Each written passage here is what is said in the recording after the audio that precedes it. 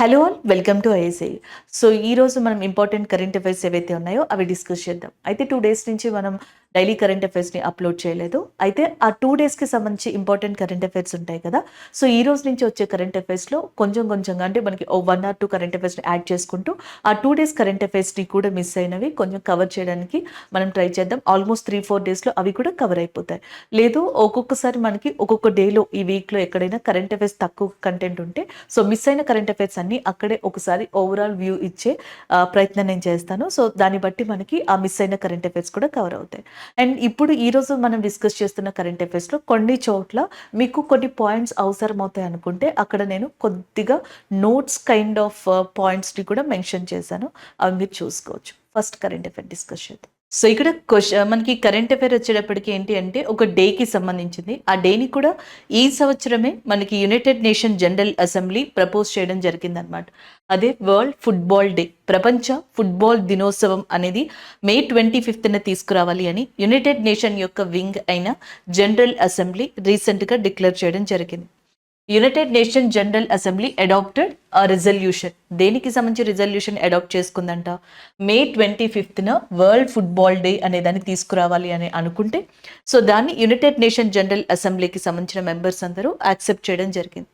దీనికి కారణం ఏంటంటే సేమ్ డే రోజున మే 25 రోజున 1924లో for the first time international పరంగా ఫుట్బాల్ టోర్నమెంట్ అనేది జరిగిందంట. సో ఆ డే కంప్లీట్ అయ్యే ఆల్మోస్ట్ 100 years కంప్లీట్ అవుతున్న సందర్భంగా దానికంటూ ఒక ప్రత్యేకత ఉండాలి కదా. అందుకని యునైటెడ్ నేషన్ జనరల్ అసెంబ్లీ ఆ హానర్ని వరల్డ్ ఫుట్బాల్ డే ద్వారా తీసుకురావడం జరిగింది. అదే మనకి ఇక్కడ కరెంట్ అఫైర్గా చెప్పొచ్చు. యునైటెడ్ నేషన్కి సంబంధించి ఆల్రెడీ మనం చాలాసార్లు డిస్కస్ చేసాం. యునైటెడ్ నేషన్ సెక్రటరీ జనరల్గా ఆంటోనియో గ్యుటెరస్ ఉన్నారు.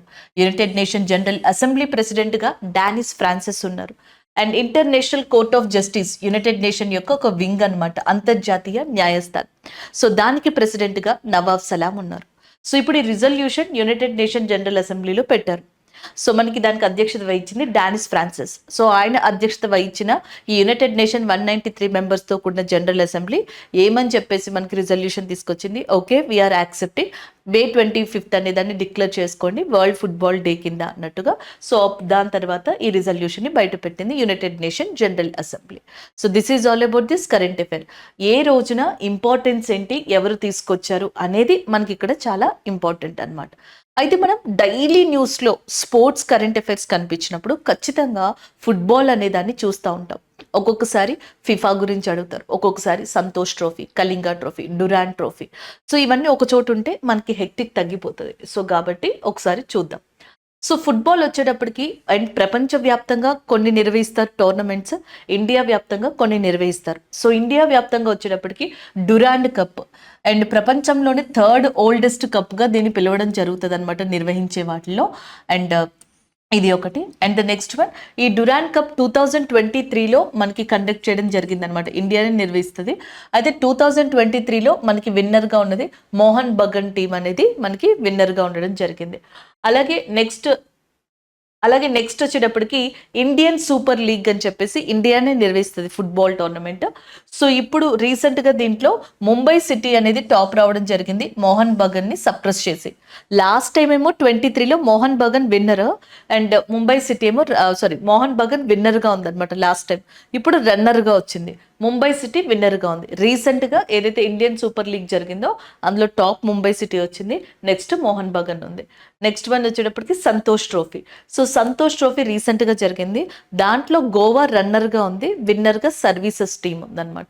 And the next one Kalinga cup, east Bengal team ఏమో మనకి విన్నర్, ఒడిస్సా టీమ్ ఏమో runner. Odisha team runner and ఇదేమో విన్నర్గా ఉంది. ఇక్కడేమో ఇది రన్నర్, ఇది విన్నర్గా ఉంది. సో ఇది రన్నర్, ఇది విన్నర్గా ఉంది ఈ ట్రోఫీస్కి సంబంధించి. ఇవన్నీ ఇక్కడ నేను ఇవ్వడం జరిగింది. సో డురాండ్ కప్కి అంత ఇంపార్టెంట్గా రన్నర్ అనేది ఇంపార్టెంట్ కాదేమో అనిపించి నేను ఇక్కడ అది మెన్షన్ చేయలేదు. And the next one FIFA. So ఫిఫాకి వచ్చేటప్పటికి మనకి 2022లో ఖతార్లో జరిగింది. ప్రపంచంలోనే వన్ ఆఫ్ ద బెస్ట్ టోర్నమెంట్గా ఫుట్బాల్కి సంబంధించి ఫిఫా అనేదని చెప్తారు. దీని హెడ్ క్వార్టర్స్ వచ్చేటప్పటికి జురిచ్ స్విట్జర్లాండ్లో ఉంది. 4 years వన్స్, 4 సంవత్సరాలకు ఒకసారి ఈ టోర్నమెంట్ నిర్వహిస్తారు. 2022లో ఖతార్లో నిర్వహించారు కదా, 2026లో కెనడా, మెక్సికో, యూఎస్ఏలో దీన్ని కండక్ట్ చేస్తారు. 2030లో మొరాకో, స్పెయిన్, పోర్చుగల్లో దీన్ని కండక్ట్ చేస్తారంట. సో అట్లా మనకి దీనికి సంబంధించింది. నెక్స్ట్ వన్ యూఈఎఫ్ఏ కప్ అని చెప్పేసి ఉందన్నమాట. యూరోపియన్ యూనియన్కి సంబంధించిన ఫుట్బాల్ కప్ ఇది. సో ఇది వచ్చేటప్పటికి మనకి ఈసారి 2024లో పోలాండ్ యొక్క క్యాపిటల్ అయిన వార్సా దగ్గర నిర్వహించనున్నారు. అవి కాకుండా నిక్సాన్, రోవర్ ఇవన్నీ కూడా ప్రపంచవ్యాప్తంగా నిర్వహించే ఫుట్బాల్ కప్స్గా చెప్పొచ్చు.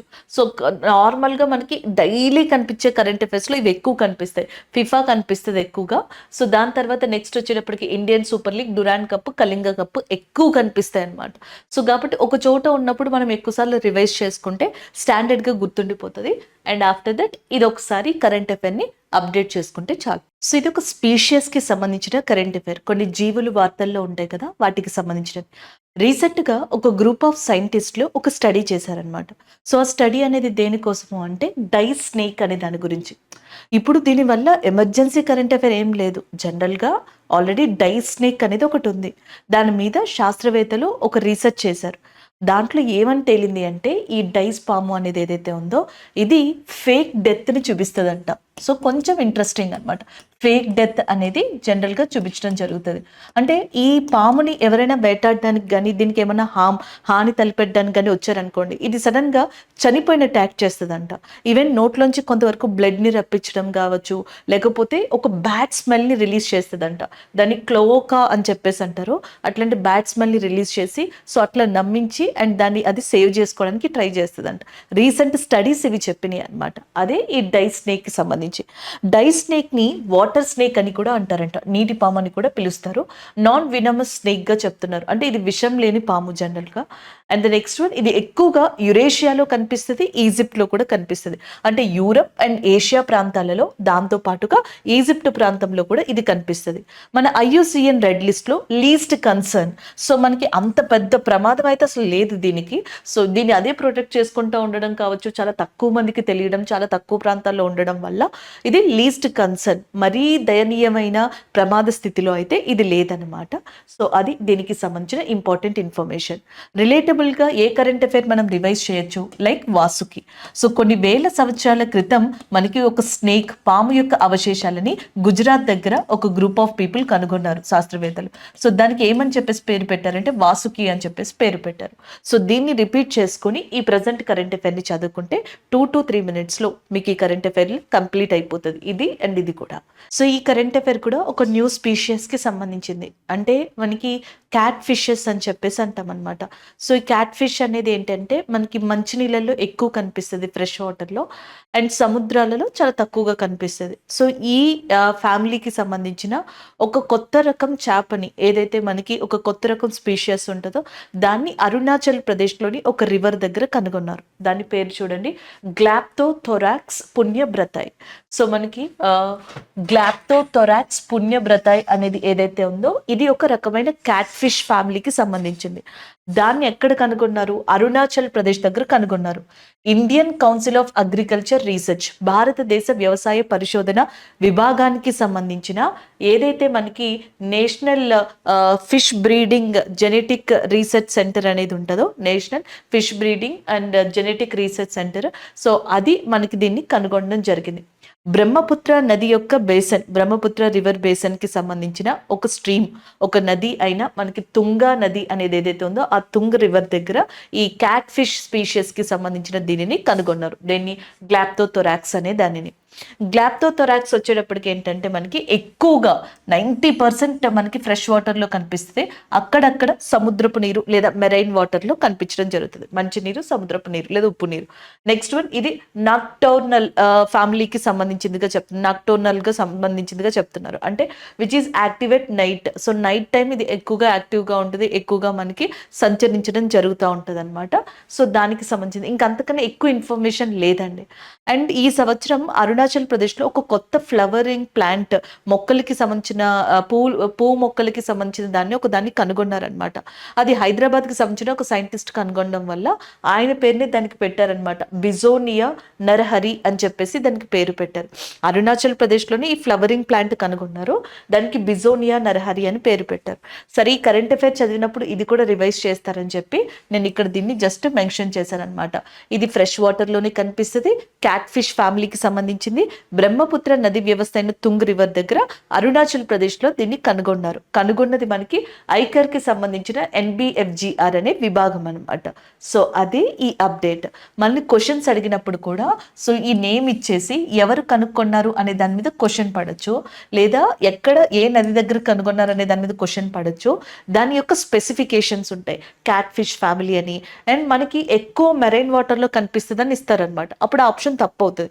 ఎందుకు? అది ఎక్కువ ఫ్రెష్ వాటర్ మంచినీటి వ్యవస్థలో కనిపిస్తుంది. సో ఇలాంటి క్వశ్చన్స్ని జనరల్గా మనం చూసుకోవాలి. సో నెక్స్ట్ కరెంట్ అఫైర్ మనకి place of the current affair లాంటిది పైరినిస్ పర్వతాలు. పైరినిస్ మౌంటైన్స్ అనేవి రీసెంట్గా న్యూస్లో ఉన్నాయి. మనకి ఏదైతే మనకి టోర్మెలెట్ పాస్ అనేది లొకేట్ అయి ఉందో పైరినిస్ పర్వతాల దగ్గర, ఈ ప్లేస్ న్యూస్లో ఉంది. ఈ ప్లేస్ న్యూస్లో ఉండడానికి కారణం ఏంటి? ఫ్రాన్స్ యొక్క ప్రెసిడెంట్ ఎవరు? ఇమాన్యుయల్ మ్యాక్రోన్. ఫ్రాన్స్ యొక్క ప్రెసిడెంట్ చైనా యొక్క ప్రెసిడెంట్ అయిన జీ జిన్పింగ్కి ఇక్కడ ఒక ప్రైవేట్ మీటింగ్ని అరేంజ్ చేశారు. అంటే చైనా ఫ్రాన్స్కి సంబంధించిన ప్రెసిడెంట్స్ అధ్యక్షులు మనకి ఫ్రాన్స్లో ఒక చోట మాట్లాడుకోవడానికి మీటింగ్ని ఫిక్స్ చేసుకున్నారు. ఆ ప్లేస్ మనకి పైరినిస్ పర్వతాల దగ్గర. సో దాన్ని ఏర్పాటు చేసుకుని అక్కడ మాట్లాడుకోవడం జరిగింది. సో దానికి సంబంధించి ఈ ప్లేస్ అనేది న్యూస్లోకి వచ్చింది. సరే, పైరినిస్ పర్వతాలు వచ్చేటప్పటికి మోస్ట్లీ ఫ్రాన్స్లో ఉంటే ఫ్రాన్స్కి స్పెయిన్కి మధ్యలో బోర్డర్గా సరిహద్దుగా ఉన్నాయన్నమాట. ఇవి ఫోల్డ్ మౌంటైన్స్, ముడత పర్వతాలకి సంబంధించిన రకం ఆ కైండ్ ఆఫ్ మౌంటైన్స్ అనమాట. అండ్ ఫ్రాన్స్ యొక్క హెడ్ క్వార్టర్స్ క్యాపిటల్ ప్యారిస్గా చెప్పొచ్చు. యునెస్కో లాంటి హెడ్ క్వార్టర్స్ ప్యారిస్లో ఉన్నాయి. ఫ్రాన్స్ యొక్క ప్రైమ్ మినిస్టర్గా మనకి ఎవరున్నారు? గ్యాబ్రియల్ అటెల్ అనే పర్సన్ ఉండడం జరిగింది.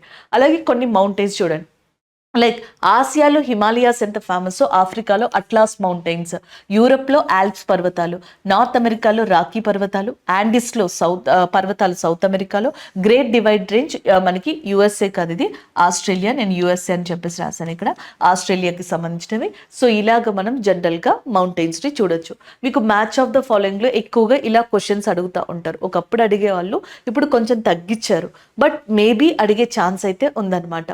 మనకి కిలిమంజారో అని చెప్పేసి ఒక వాల్కెనిక్ మౌంటైన్ ఉంటుంది. కిలిమంజారో వాల్కెనిక్ మౌంటైన్ అట్లాస్ పర్వతాలు ఆఫ్రికాలో ఉన్నాయి. ఫ్రాన్స్లో మనకి పైరినిస్ మౌంటైన్స్ ఉన్నాయి, అండ్ యాజ్ వెల్ యాజ్ యూరోప్లో ఆల్ప్స్ మౌంటైన్స్ అనేవి ఉన్నాయి. నార్త్ అమెరికాలో ఉన్న రాకీ మౌంటైన్స్ కెనడా బోర్డర్ వరకు ఎక్స్టెండ్ అయి ఉంటాయన్నమాట. సౌత్ అమెరికాలో ఉన్న ఆండిస్ మౌంటైన్స్ ప్రపంచంలోనే లాంగెస్ట్ పర్వతాలుగా జనరల్గా మనకి ఇక్కడ చెప్పడం జరుగుతుంది. సో ఒకసారి ఇక్కడ చూడండి.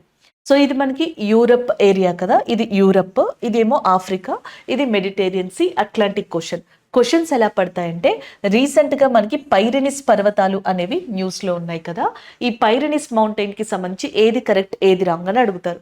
సో దేనికి మధ్యలో మనకి ఇది బోర్డర్గా ఉంది, ఫ్రాన్స్కి అండ్ యాజ్ వెల్ యాజ్ స్పెయిన్కి మధ్యలో ఇది మనకి విస్తరించి ఉంటుంది. ఫ్రాన్స్కి స్పెయిన్కి మధ్యలో ఇంకొక చిన్న కంట్రీ కూడా ఉంటుంది అనమాట. So here we have one more country, that is ఆండోరా అనే కంట్రీ కూడా ఉంటుంది. అంతేకాకుండా పైరినిస్ మౌంటైన్స్కి ఇటువైపు ఏమో అట్లాంటిక్ ఓషన్ అనేది ఉంటుంది, ఇటువైపు మెడిటేరియన్ సీ అనేది ఉంటుంది, మధ్యధరా సముద్రం అనేది కూడా మీరు ఇక్కడ చూడొచ్చు అనమాట. సో ఇన్ని స్పెసిఫికేషన్స్ ఉన్న ఈ మౌంటైన్ ప్లేస్ దగ్గర ఎవరెవరు మాట్లాడుకున్నారు? చైనా యొక్క president Xi Jinping and France యొక్క ప్రెసిడెంట్ అయిన ఇమాన్యుయల్ మ్యాక్రాన్ గారుగా చెప్పొచ్చు. So that is all about this current affair. So ప్లేస్ని గుర్తుపెట్టుకోవాలి. ప్లేస్కున్న స్పెసిఫికేషన్ మౌంటైన్స్ కాబట్టి మౌంటైన్స్ రిలేటెడ్గా ఉన్న ఇన్ఫర్మేషన్ చూసుకుంటే బాగుంటుంది. సో రీసెంట్గా ఈ హిమాలయన్ మౌంటైన్స్ దగ్గర ఉన్న కాలాపాని అనే ప్లేస్ కూడా న్యూస్లో ఉంది. ఎందుకంటే నేపాల్ తన యొక్క కొత్త కరెన్సీలో, అంటే న్యూగా సర్క్యులేట్ అవుతున్న కరెన్సీలో, కొత్త కరెన్సీ అంటే న్యూ సర్క్యులేషన్ ఆఫ్ కరెన్సీకి సంబంధించి అందులో వాటి హిమాలయ ప్రాంతాలతో పాటు ఇండియాకి సంబంధించిన కాలాపానిని కూడా చూపించడం వల్ల అది వివాదాస్పదంగా మారింది. This is all about this current affair. So next one, Interpol organisation is in news. So మనకి ఇంటర్పోల్ అనే సంస్థ న్యూస్లో ఉంది. దీనికి కారణం చూడండి, ఇంటర్నేషనల్ పోలీస్ ఆర్గనైజేషన్గా, అంతర్జాతీయ పోలీస్ సంస్థగా ఈ ఇంటర్పోల్ అనే దాన్ని చెప్పొచ్చు అనమాట. రీసెంట్గా కొంతమంది వ్యక్తుల మీద ఎస్పెషల్లీ ఒక ఎంపీ మీద కొన్ని సెక్షువల్ హెరాస్మెంట్ ఉన్నాయి ఆయన మీద. సో ఆ పర్సన్ ఇంకొంతమంది పర్సన్స్ మీద బ్లూ కలర్ నోటీస్ని మనకి ఎవరు ఇష్యూ చేశారంటే ఇంటర్పోల్. సో దానివల్ల అది మనకి న్యూస్లోకి వచ్చింది. ఇంటర్పోల్ న్యూస్లోకి ఎందుకు వచ్చింది అనేది కావాలి. సో బ్లూ కలర్ నోటీస్ అనే దాన్ని ఇష్యూ చేయడం వల్ల వచ్చింది. ఇంటర్పోల్ యొక్క హెడ్ క్వార్టర్స్ ఫ్రాన్స్లో ఉంది, లియోన్ అనే ప్రదేశంలో. సో దీంట్లో టోటల్గా మనకి 196 మెంబర్స్ ఉన్నారు. 196 మంది సభ్య దేశాలు ఉన్నాయన్నమాట. అందులో ఇండియా ఒకటి. ఇది 1956లో ఎస్టాబ్లిష్ చేయబడింది. ఇంటర్పోల్ ఏంటంటే దేశాల మధ్య సహకారం. ఈ క్రిమినల్స్ మనకి ఒక కంట్రీ నుంచి ఇంకొక కంట్రీకి ఎస్కేప్ అవుతూ ఉంటారు కదా.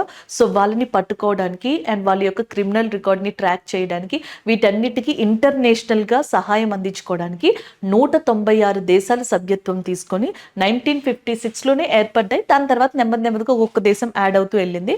సో ఇప్పటికి 196 మెంబర్స్ వచ్చారు. ఫ్రాన్స్ యొక్క ఏదైతే లియోన్ అనే ప్లేస్ ఉందో అక్కడ ఈ ఇంటర్పోల్ యొక్క హెడ్ క్వార్టర్స్ ఉందన్నమాట. సో అసలు ఇది ఏం వర్క్ చేస్తుంది అంటే, ఇది చేసే వర్క్స్ అన్నిటినీ కూడా కొన్ని నోటీసెస్ ద్వారా ఇస్తుంది. ఒక్కొక్క నోటీస్కి ఒక్కొక్క కలర్ ఉంటుంది. ఆ కలర్ని బట్టి దీని యొక్క ఇంపార్టెన్స్ అనేది ఐడెంటిఫై చేస్తారనమాట. ఫర్ ఎగ్జాంపుల్కి జనరల్గా మనం చూసినట్టయితే రెడ్ నోటీస్ అనేది ఇస్తే వాంటెడ్ పర్సన్స్ అనమాట. సో కొంతమంది చూడండి, ఇప్పుడు ఖాళిస్తాన్ మూవ్మెంట్ జరుగుతుంది అనుకుందాం. సో ఇండియాలో ఏవో బ్లాస్ట్ చేశారు కొంతమంది. సో వాళ్ళు కెనడాకి వెళ్ళిపోయారు, లేకపోతే వేరే కంట్రీకి వెళ్ళిపోయారు అనుకోండి. వాళ్ళ మీద మాకు కావాలి అన్నట్టుగా ఒక వాంటెడ్ నోటీస్ అంటే రెడ్ నోటీస్ని జారీ చేసేలాగా ఇంటర్పోల్తో చేపిస్తాం. సో అట్లాంటిది. And next one, missing persons ఉన్నారనుకోండి, ఎల్లో నోటీస్. ఇప్పుడు మనకి యూఎస్ఏలో చాలా మంది ఇండియన్స్ మిస్ అవుతున్నారంట. మీరు చూసారో లేదో నాకు తెలియదు. ఒక న్యూస్ సర్క్యులేట్ అవుతా ఉంది, బట్ నేను అది ఫ్యాక్ట్ చెక్ చూడలేదు అది రూమరా నిజమా అనేది.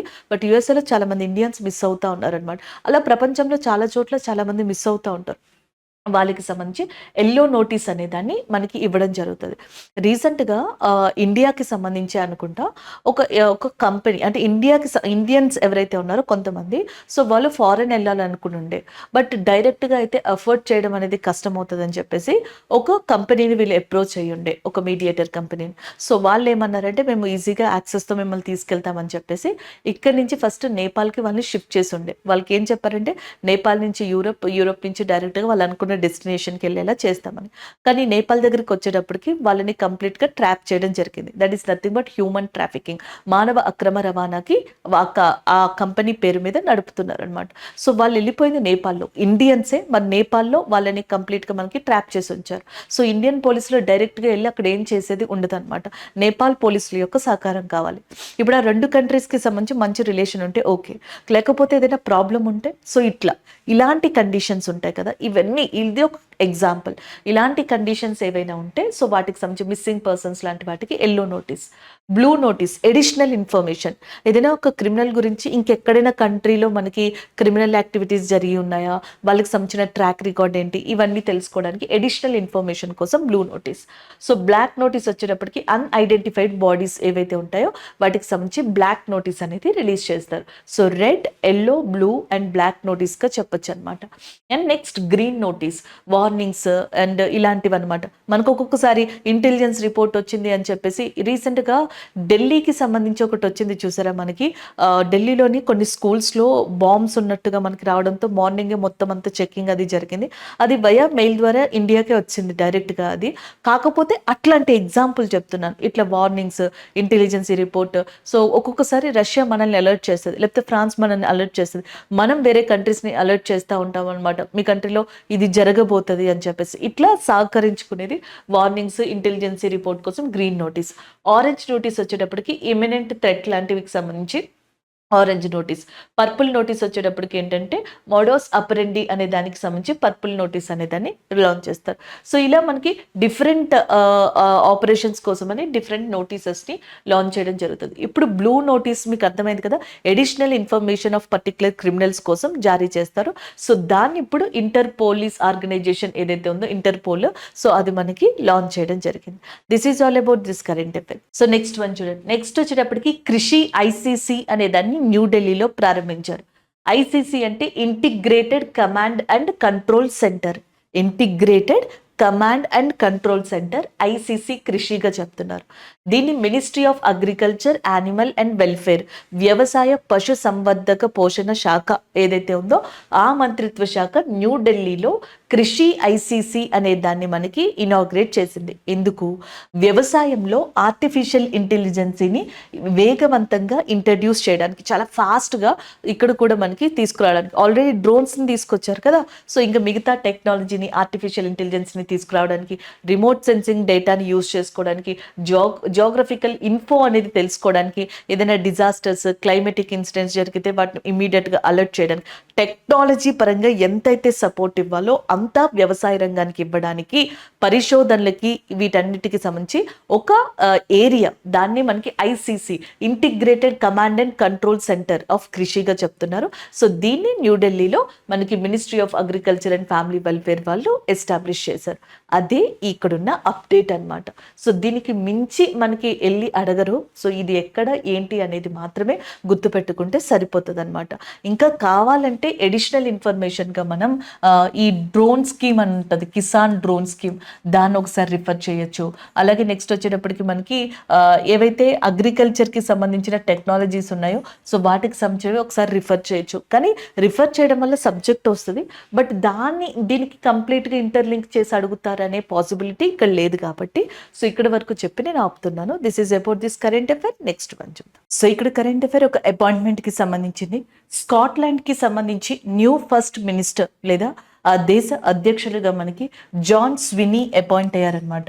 అంతకు ముందర హమాజ్ యూసఫ్ అనే పర్సన్ ఉండేవాళ్ళు. హమాజ్ యూసఫ్ని ఆయన రాజీనామా ఇవ్వడం జరిగింది. సో దాంతో స్కాటిష్ నేషనల్ పార్టీకి సంబంధించిన జాన్ స్వినీ ఇప్పుడు న్యూ ఫస్ట్ మినిస్టర్ ఆఫ్ స్కాట్లాండ్గా ఎంపికయ్యారు.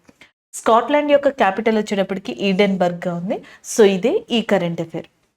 అయితే కొంతమంది ప్రెసిడెంట్స్, ప్రైమ్ మినిస్టర్స్ నేమ్స్ మనకి గుర్తుండవు. సో కాబట్టి రీసెంట్గా న్యూస్లో ఉన్న కొంతమంది పేర్లు గుర్తుపెట్టుకోవడానికి ట్రై చేద్దాం. సో ఇక్కడ నేను ఏదైతే రెడ్ కలర్లో ఇచ్చానో అవి ఆ కంట్రీ యొక్క ప్రైమ్ మినిస్టర్స్ అనమాట, న్యూలీ అపాయింటెడ్. మిగతా కలర్స్లో ఏవైతే ఉన్నాయో అవి ప్రెసిడెంట్స్కి సంబంధించిన నేమ్స్, గుర్తుపెట్టుకుంటారు కదా. సో ఇక్కడ మళ్ళీ నేను ఒకసారి మెన్షన్ చేస్తున్నాను మీకు, ఏవైతే నేను రెడ్ కలర్లో ఇచ్చానో అవి ప్రైమ్ మినిస్టర్ నేమ్లు అండ్ నేమ్స్, అండ్ మిగతావి ప్రెసిడెంట్ నేమ్స్గా చెప్పొచ్చు అనమాట. డెమోక్రటిక్ రిపబ్లిక్ ఆఫ్ కాంగోకి సంబంధించిన ప్రెసిడెంట్గా ఫెలిక్స్ షికేది అనే పర్సన్ అపాయింట్ అవ్వడం జరిగింది. నెక్స్ట్ వన్, కామరస్ కంట్రీకి అజాలి అసమోని అపాయింట్ అయ్యారనమాట. సో టాంజానియాకైతే ప్రెసిడెంట్గా సులుహు అనే పర్సన్ అపాయింట్ అవ్వడం జరిగింది.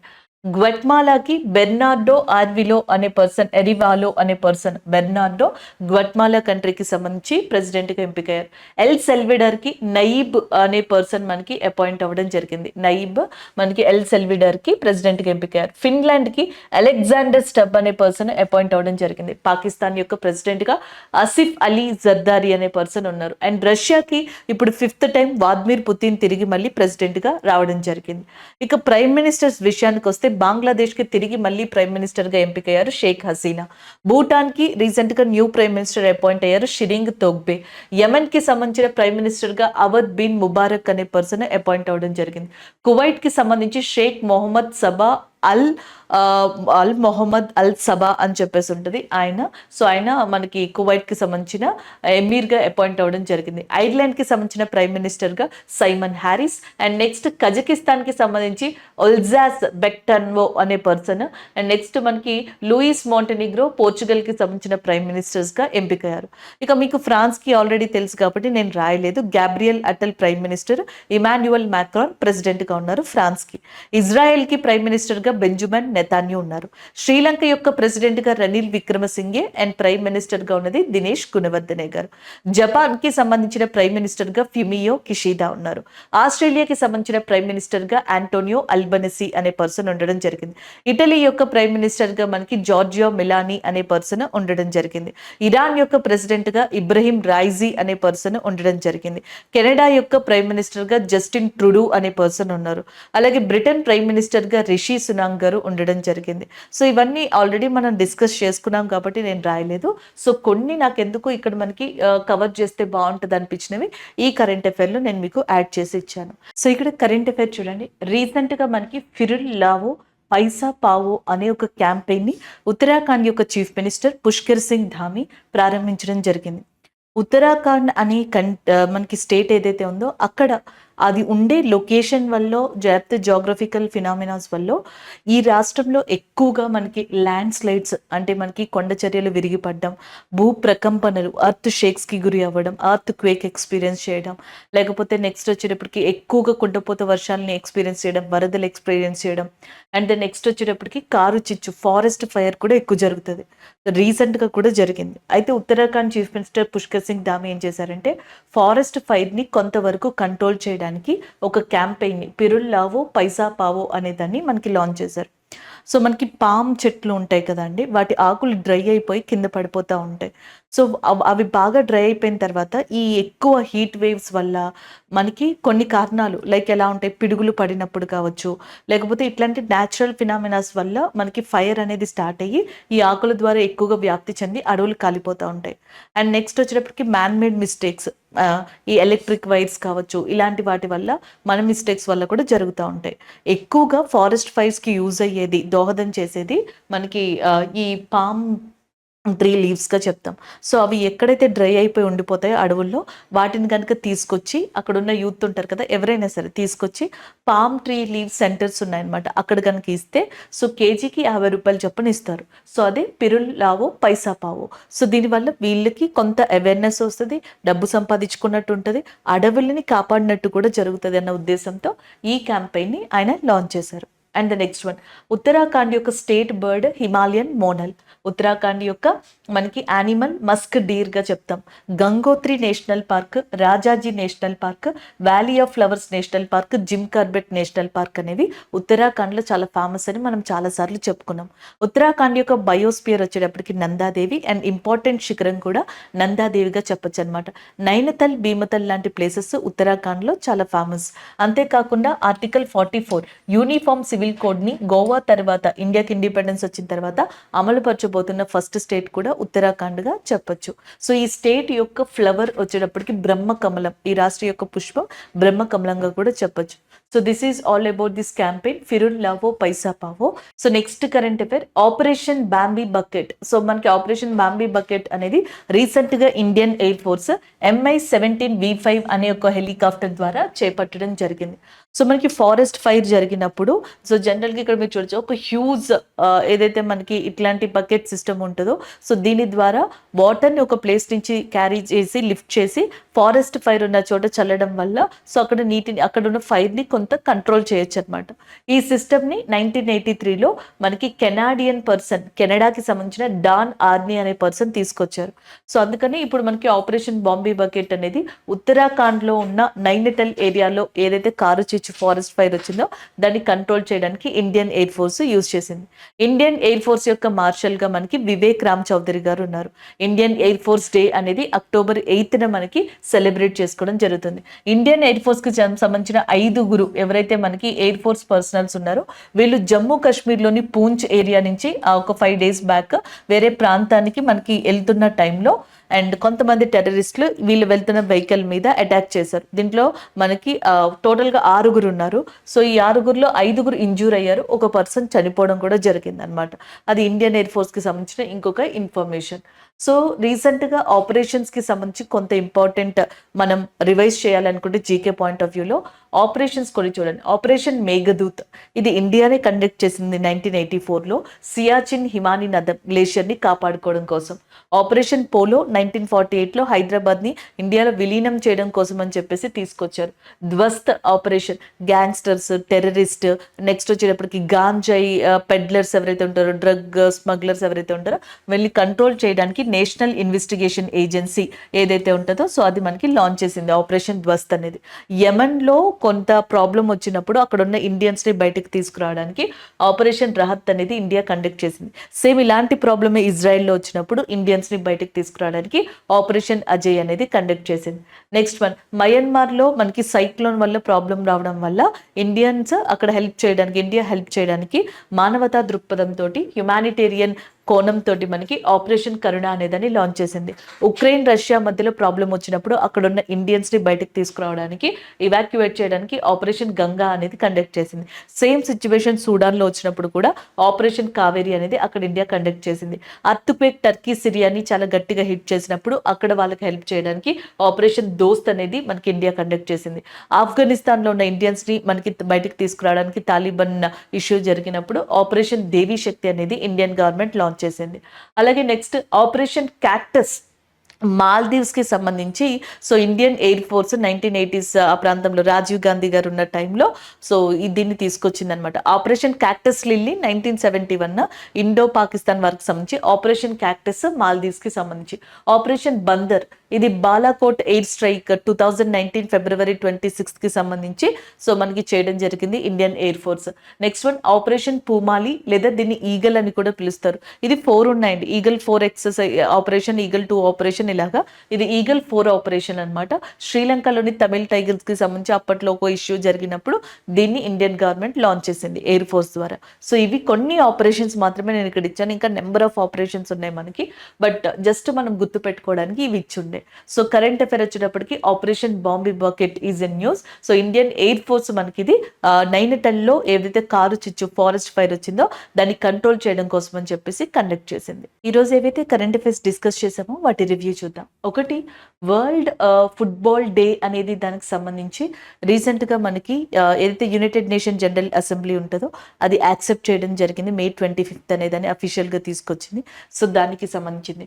డై స్నేక్ అనే దాని గురించి రీసెంట్గా రీసెర్చర్స్ మనకి పరిశోధనలు జరపడం జరిగింది. నెక్స్ట్ వచ్చేటప్పటికి గ్లైప్టోథోరాక్స్ ఏదైతే ఉందో మనకి క్యాట్ ఫిష్ స్పీషియస్కి సంబంధించింది.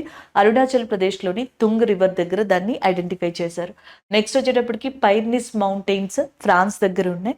ఫ్రాన్స్ అండ్ చైనాకి సంబంధించిన మీటింగ్ వల్ల ఇది మనకి న్యూస్లోకి వచ్చింది. ఇంటర్పోల్ ఆర్గనైజేషన్ కొంతమంది గ్రూప్ ఆఫ్ వ్యక్తులకు సంబంధించి బ్లూ కలర్ నోటీస్ అని దాన్ని లాంచ్ చేయడం వల్ల రీసెంట్గా రిలీజ్ చేయడం వల్ల దానికి సంబంధించి న్యూస్లోకి వచ్చింది.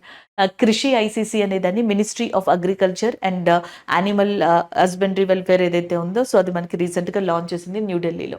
స్కాట్లాండ్కి మనకి న్యూ ఫస్ట్ మినిస్టర్ అనే వాళ్ళు రావడం జరిగింది అనమాట. నెక్స్ట్ వచ్చేటప్పుడు Pirul Lao Paisa Pao is a campaign of Uttarakhand chief minister Pushkar Singh Dhami దాన్ని లాంచ్ చేశారు. ఆపరేషన్ బాంబీ బకెట్ అనేది రీసెంట్గా ఉత్తరాఖండ్లోని నైనిటల్లో ఫారెస్ట్ ఫైర్ కారు చిచ్చు జరిగితే అక్కడ ఇండియన్ ఎయిర్ ఫోర్స్ లాంచ్ చేసిన ఆపరేషన్గా దాన్ని చెప్పొచ్చు.